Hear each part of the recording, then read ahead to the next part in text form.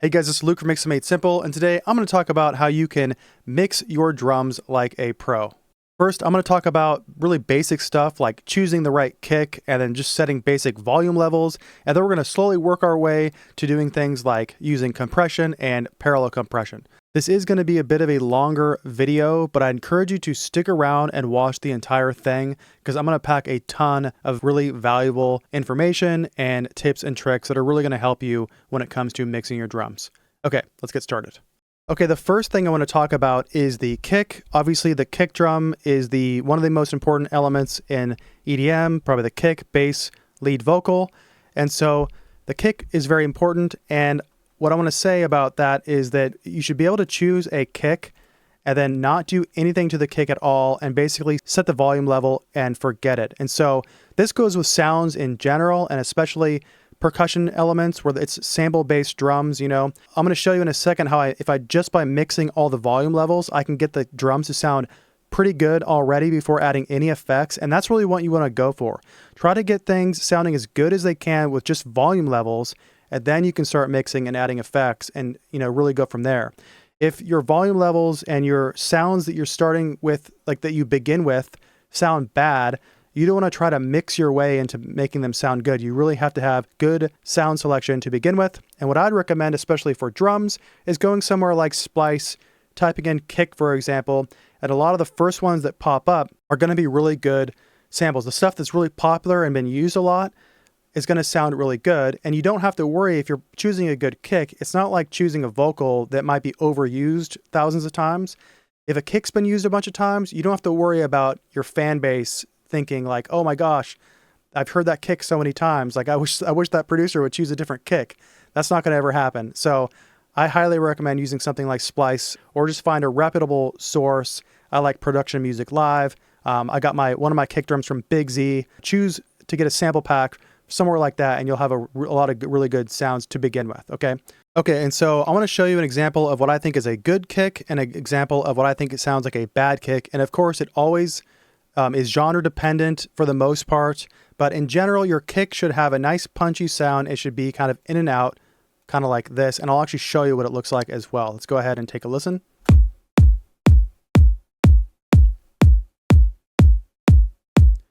So you can see here, there's a nice short sustain. It's just punchy, it's in and out, it's not going to interfere with the bass.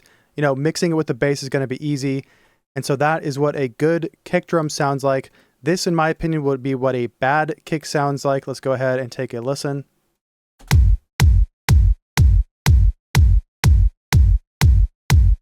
It's kind of just thuddy and like there's a long sustain to it. It sounds like it's just been compressed to crap, and it just doesn't sound good.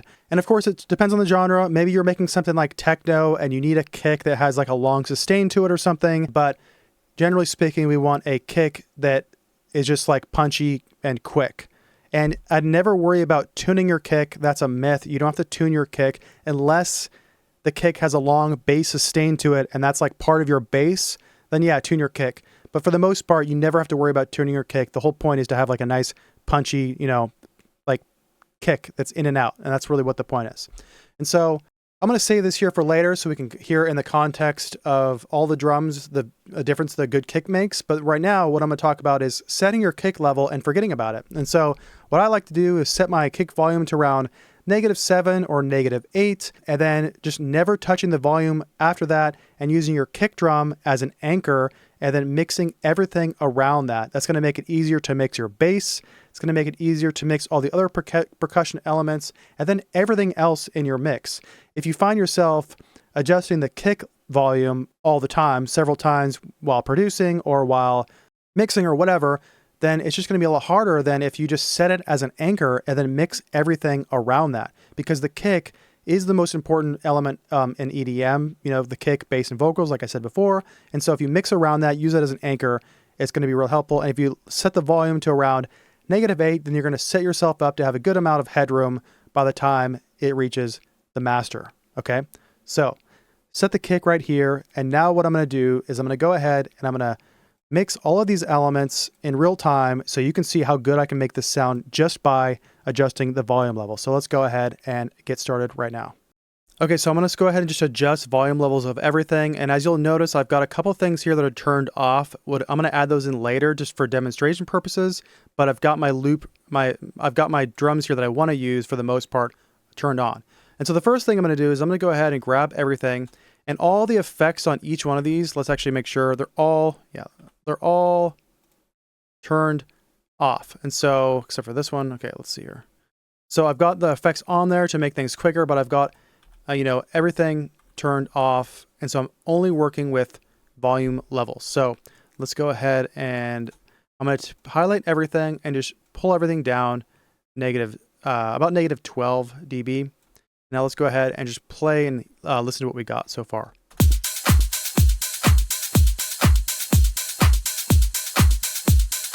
So I noticed the claps are a little bit too loud. I'm going to go ahead and pull those down. Let me go ahead and solo each one. I just want to make sure they're around the same volume level. Okay, so let's go ahead and play it again.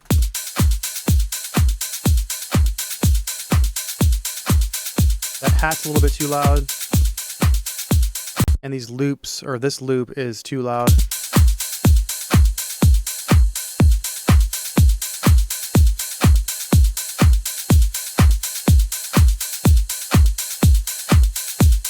And actually this is actually wrong. I actually want this to hit on every beat with the kick. I'm gonna go ahead and fix that. Okay. And right away, so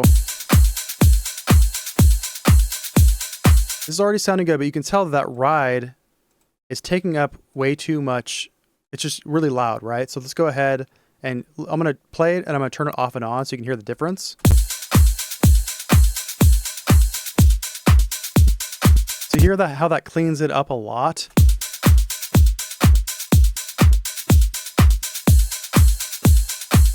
So I have that right in there, kind of like almost like a white noise, and kind of to add to it, kind of can really make a drop sound nice and full. But to me right now, this is just way too loud and it's taking up too much space. So I want to show you the difference of just adjusting volume levels and working with the depth that we've got to work with, how much of a difference it makes. So if I pull this down to negative 22 dB, let's go ahead around there. Let's go ahead and take a listen now.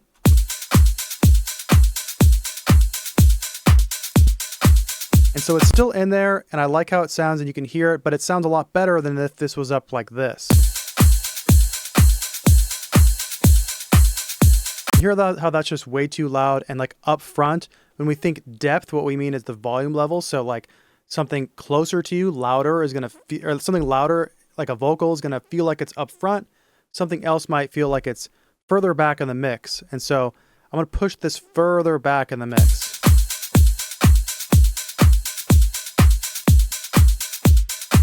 So it's still there, it's still adding something, but it's not like overwhelming. And so just doing that, just now with volume levels, if you take a listen,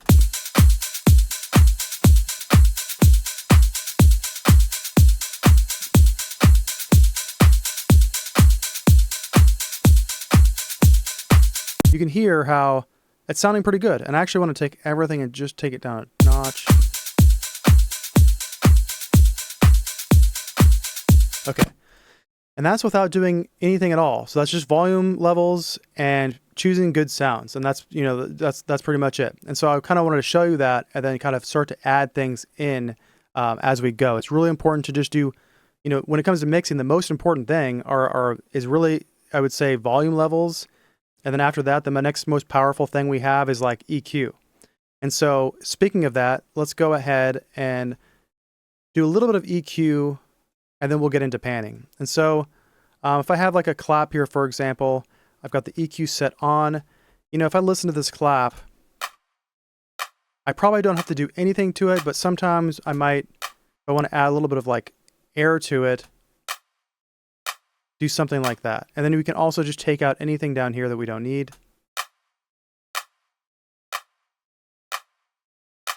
But if you do that, you're probably going to have to pull down the volume a little bit.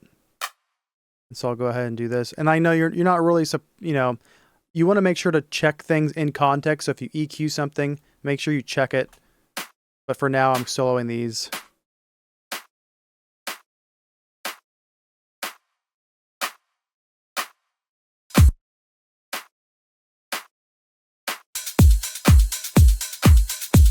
Okay, and so that's how I would EQ if I needed to EQ any of the drums, but I would probably do it really, really minimally. Like I said, it's all about choosing good sounds and really maybe just doing high pass filters, just eliminating any low end stuff that you don't need that might cause some muddiness. So I've got this loop here. I can kind of do the same thing.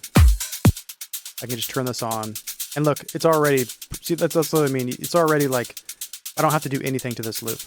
Okay, so I'm just gonna leave that like that. The next thing we can do is panning. And so with panning and layering, we can keep claps like in the center and that works just fine. But another cool trick that we can do is we can actually, you know, pan claps hard left, one hard right. Make sure that, I'm gonna put this over here.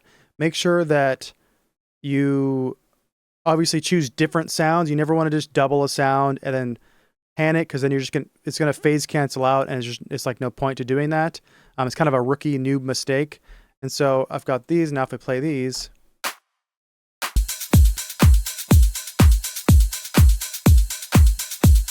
it's a nice wide sound. It's all about just carefully adjusting volume levels till you get where you want. And so yeah, I've got those panned, creates a nice wide sound. I like the claps where they're at. I was gonna say, when it comes to things like snares, for example, I wouldn't necessarily have two snares, probably have a snare, you know, probably just like dead in the center, something like this. And this is kind of a clap snare. But if I wanted to add this to it, add more impact,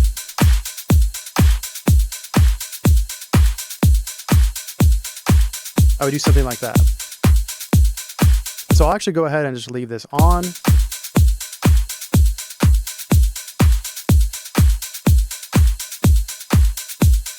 Definitely adding something, and so that sounds nice. And so as far as panning goes, again, I've got another shaker loop here, and this is how we can just, you know, add more and create more space, or use the space that we have width-wise.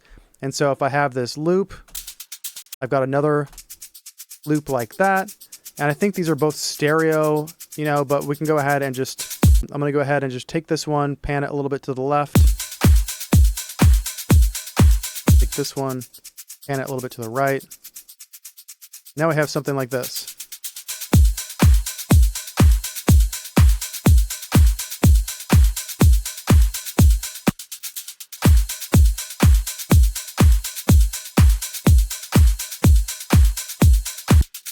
I'm actually putting that in mono and then panning it over. I'll do the same with this.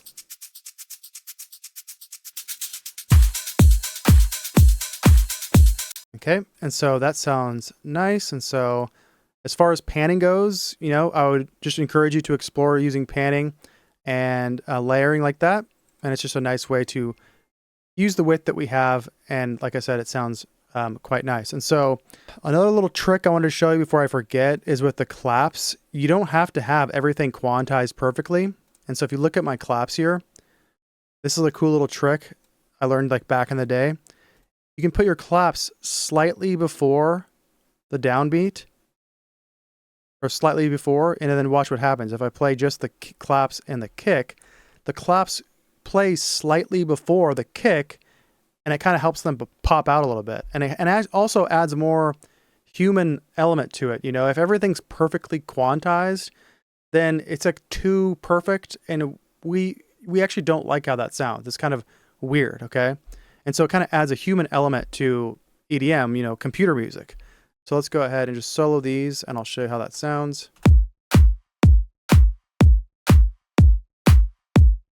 So you can hear how it sounds like it's in time, but you can also tell that it's kind of happening a little bit before the kick drum, and it kind of helps those claps to stick out. And so up next, let's talk about just using sidechain compression to kind of give things more space. And so these loops, for example, I can just turn on some sidechain compression here. I've already got this set up so that they are, I'm gonna turn that EQ off. I don't need that. They're sidechain to the kick. So now let's go ahead and take a listen how this sounds. This one's actually a little bit too loud.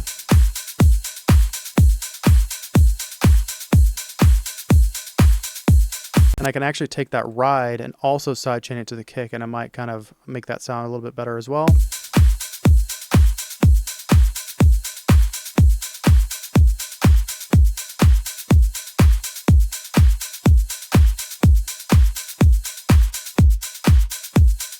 And it's funny, maybe it's because I'm listening to it out of the context of the rest of the track, but the more I hear that ride in there, like the less I like it. So I'm just going to turn that off for now. I've used it to demonstrate depth anyway, so it doesn't matter. Let's go ahead and leave that off. And then now that we're here, so I've used a bit of sidechain compression, and we've covered panning, EQ. Let's go ahead and I'm going to turn off this kick and play with the bad kick so you can hear how bad this sounds, okay? Ugh.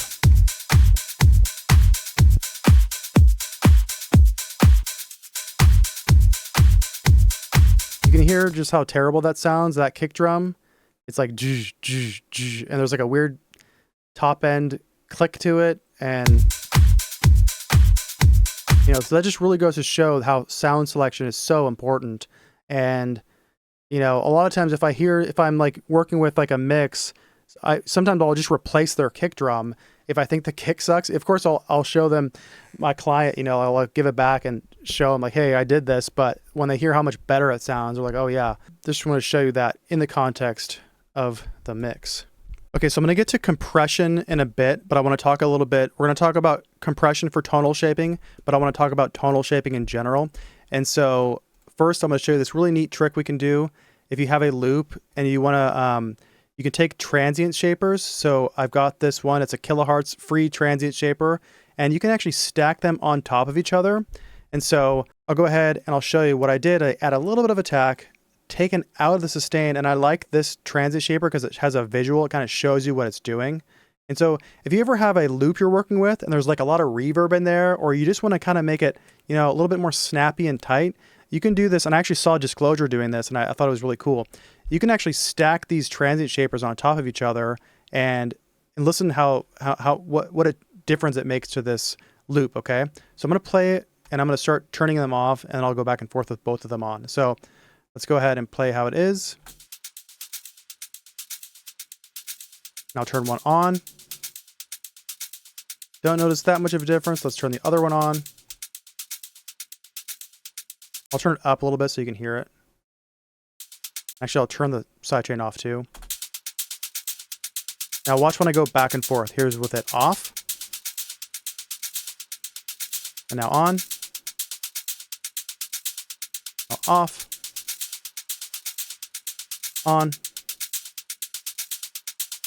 You hear how that, like, it just makes it, I don't know, it kind of makes it just, I like it better like that. And it's just a cool little trick you can do. You don't always have to do this, because, you know, maybe you just want the regular shaker how it sounds, and then you can sidechain it.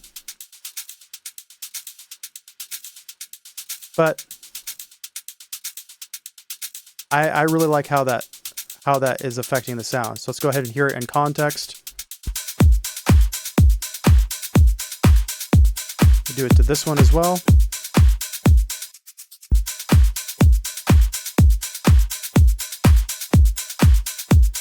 Because you have to think that it's all about creating space for every sound to be able to hear each sound and create space for each other. So in a kind of sense, it's sort of creating space for other sounds in the mix. So I really like how that sounds. I'm gonna go ahead and keep that on because I really like that. And so now let's talk about compression to shape the tone of something. And so if you look at this snare drum, I'm going to turn this up a little bit. I'm going to solo this so you can hear. If you ever want to add attack to a sound, and you can do it with a transient shaper, you can just use a transient shaper, but with a compressor, you can take a compressor, and if you put it on a slow attack time, like 30 milliseconds or slower, and then you lower the threshold, anything that goes above that threshold, it's going to get through there. And because it's a slow attack time, it's going to let through and it's going to emphasize the attack. So let's go ahead and I'll show you what I mean. So here's the snare. I want to make sure. Yeah. Okay. Now here's when I have the compressor on. And I'll make sure that, let's lower the threshold down.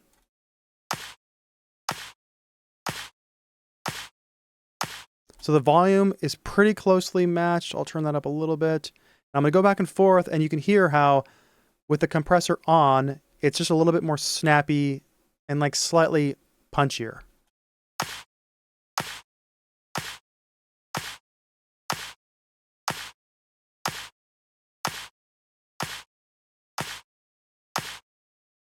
So it's kind of subtle, but I encourage you to play around with this. You'll definitely notice a difference. Try it on snare sounds, on clap sounds, a slow attack, 30 milliseconds, maybe a little slower, and you're going to hear it pop through. And I would encourage you just to play with that and go back and forth, and you'll start to really hear compression and hear a difference that it makes. And I'd say for the release time, you just kind of want to have it reset by the time it hits the next hit.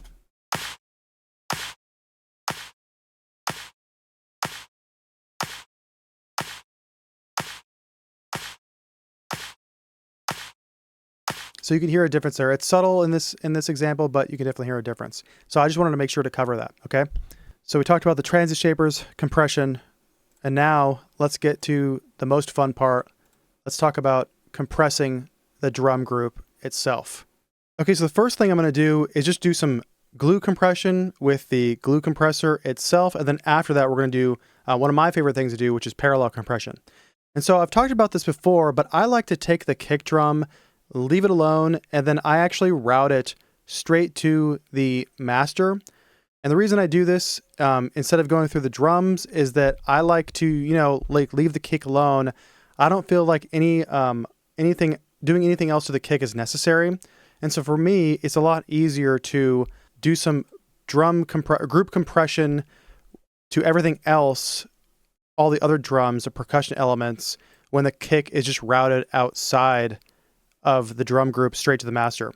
And if I did have the kick like this, if I were to do that, what I would do is I would just make sure to take advantage of the EQ feature and do something like this, where I'm basically making sure that the EQ wasn't triggered by the kick drum, because that's what's going to happen. The kick is so much louder than everything else that you'll notice that when the kick hits and you bring down your threshold, that's like the only thing it's compressing.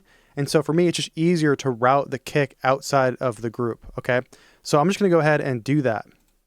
That is like that. And I'm going to go ahead and mute it for now, and then we'll go ahead and take a listen to what we have to work with.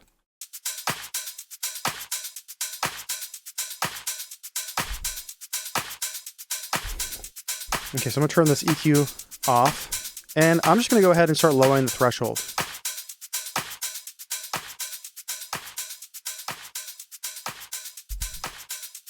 And you can say we've got enough to work with. Sometimes what we can do is if you don't have like enough gain to work with, you can literally just put a utility on, raise it up, raise the volume up a little bit, and that's totally fine to do that. And then, you'll have enough to work with. But I'm going to go ahead, I don't actually necessarily need that, so I'm going to turn that off. And I'm going to go ahead and go to a slow attack time, kind of a fast release, and then show you, turn the makeup gain a little bit, and then show you just doing this, the difference that it makes. Let's go ahead and play it with it off. Now on.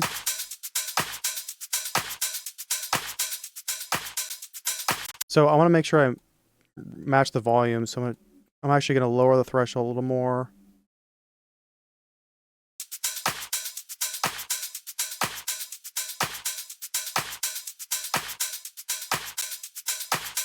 And you can hear the volume might be a little bit louder, but you can hear what that's doing is it's actually emphasizing and kind of making the percussion elements just pop a little bit. So let's go ahead and take a listen one more time, back and forth.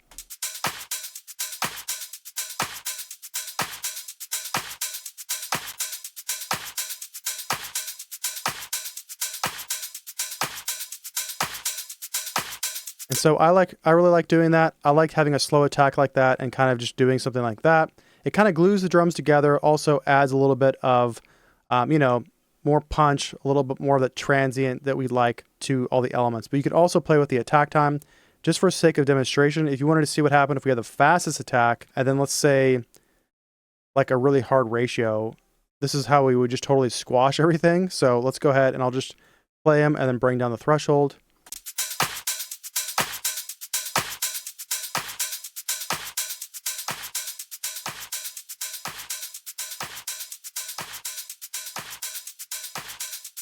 You can see how that's just really squashing everything. And we're going to want to do that in a second when we get to parallel compression.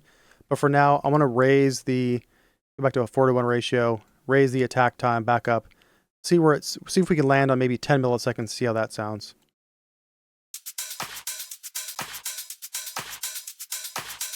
Actually, I want to make the release a little bit longer. That way it kind of stays, you know, compressing everything for a bit.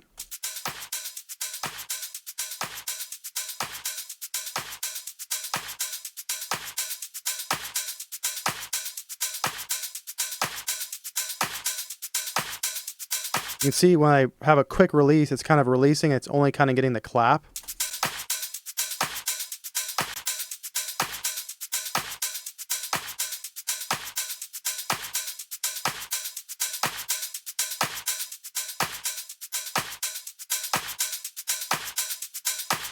So I actually like that right there with just 10 milliseconds.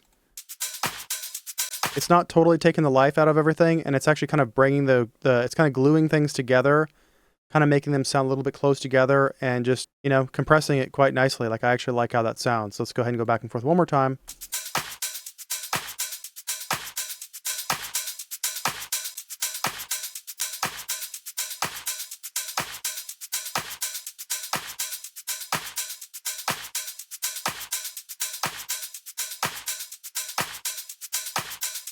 Let's go ahead and go up to a slower attack time again, and then I'm going to see if I can bring down the threshold a little bit more.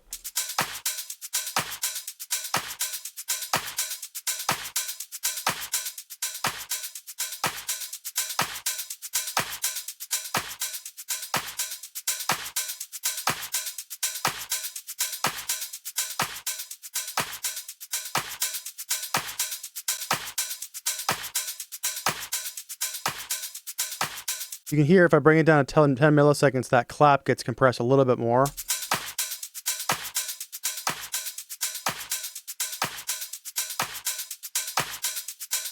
And then, of course, we can go ahead and listen to it with the kick drum.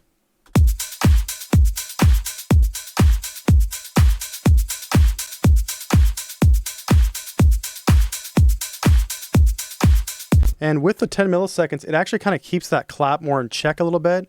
If we wanted to kind of just compress that clap, kind of get it to set in the mix a little bit better, 10 milliseconds actually isn't bad. And let's go ahead and just play it in the context with everything. I'm not going to play the vocals. Let's just go ahead and play it with the instrumental.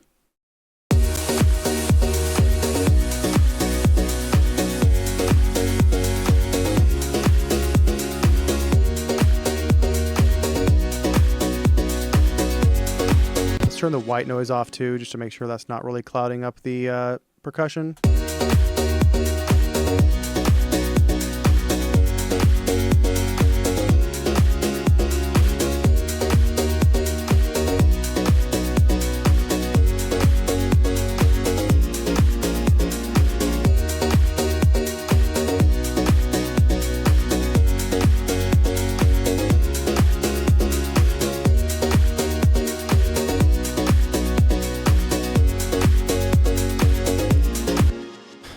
And anyway, you know, that's pretty much like how I like to do the compression. If I'm going to do like some glue compression to my drums, and it's kind of subtle, I'm not doing a lot to it.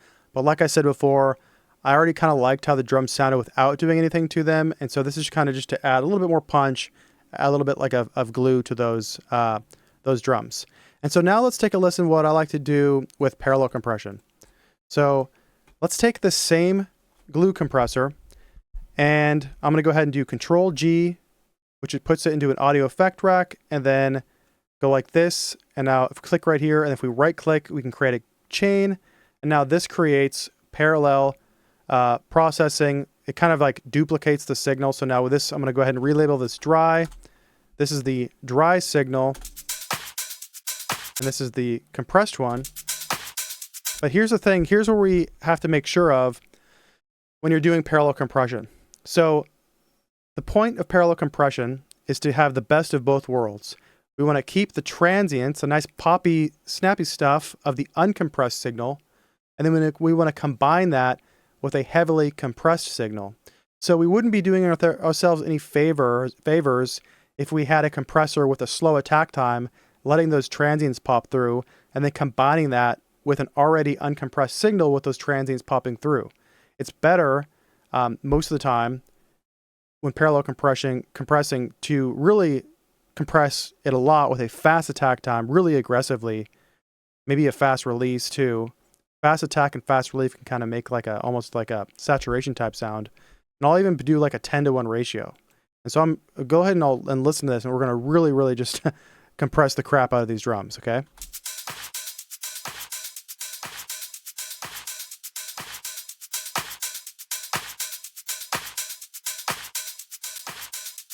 So you can hear it's really getting that clap a lot. Now I can take these, all the drums are really smashed together. I'm going to raise up the makeup gain quite a bit. And what I'm going to do is I'm going to go ahead and highlight both of these and take down the volume, and then I'm going to kind of adjust these until I get something that I like.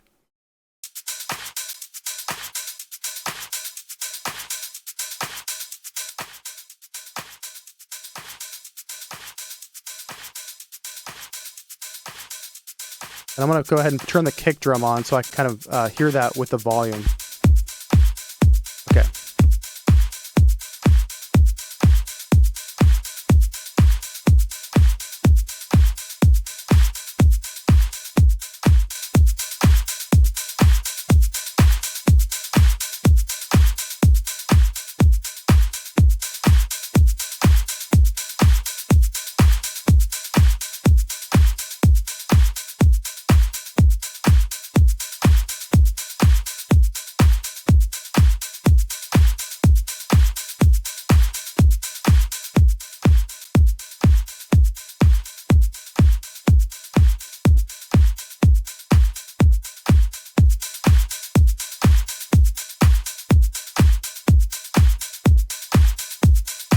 You can hear that clap's really getting squashed, but I actually kind of like how it sounds, and it just kind of makes the drums sound a bit more aggressive, you know, kind of keep the best of both worlds and have that really compressed sound. You can also add in an EQ into the effect rack with the compressor, and then this would technically be the New York compression, where you kind of boost the highs like this and do something like this. So we can go ahead and hear how that sounds. We can blend these together.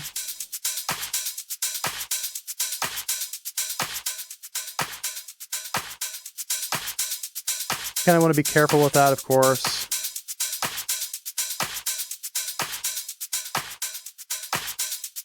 I'm trying my best to match the volume, but obviously right now it's kind of hard to do just on the fly. I would probably take some more time doing this if I were to actually be working on a mix or my own production, obviously. But you know, I just want to show you, now you know how to do parallel compression with an Ableton effect rack, really dial things in. And you know, you can really make some aggressive sounding drums. And you could even do something like, you know, add some distortion if you wanted on top of here or whatever. You don't even need the compressor. You could have just something like this where you just saturate the drums.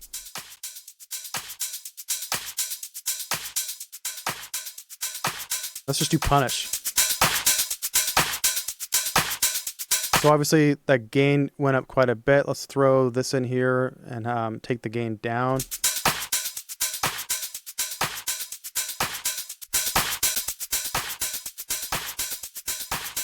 Might sound kind of bad, but I mean, let's see. Let's go ahead and blend it in with this one.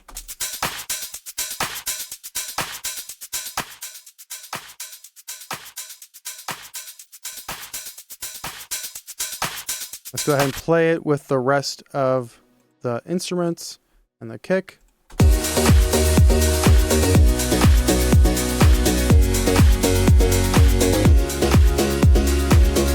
There's obviously some volume difference there, so let me go ahead and take down the overall volume.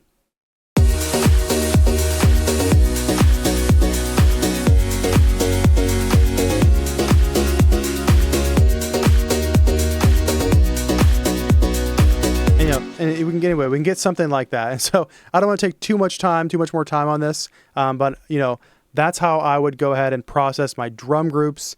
Parallel compression works really well.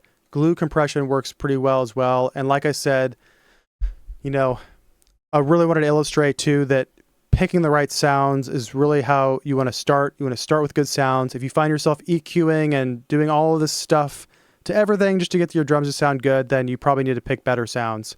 Okay? And so yeah, that pretty much sums this video up, and I hope it was really helpful. And if you made it this far, if you are an EDM producer and you're wanting to get good at mixing and mastering, you're wanting to bring your music up to that professional level sound a lot quicker, maybe you're struggling with it, or maybe you've been producing for a while and you just can't seem to get that pro level sound, well, look in the description below. Go ahead and book a Zoom call with me. I'd love to talk to you and see about getting you enrolled in my course, Mix Immersions. I help EDM producers reach that professional level sound as quickly as possible. And so, yeah, go ahead and look in the description below for that. And I look forward to talking to you soon. All right. See you later.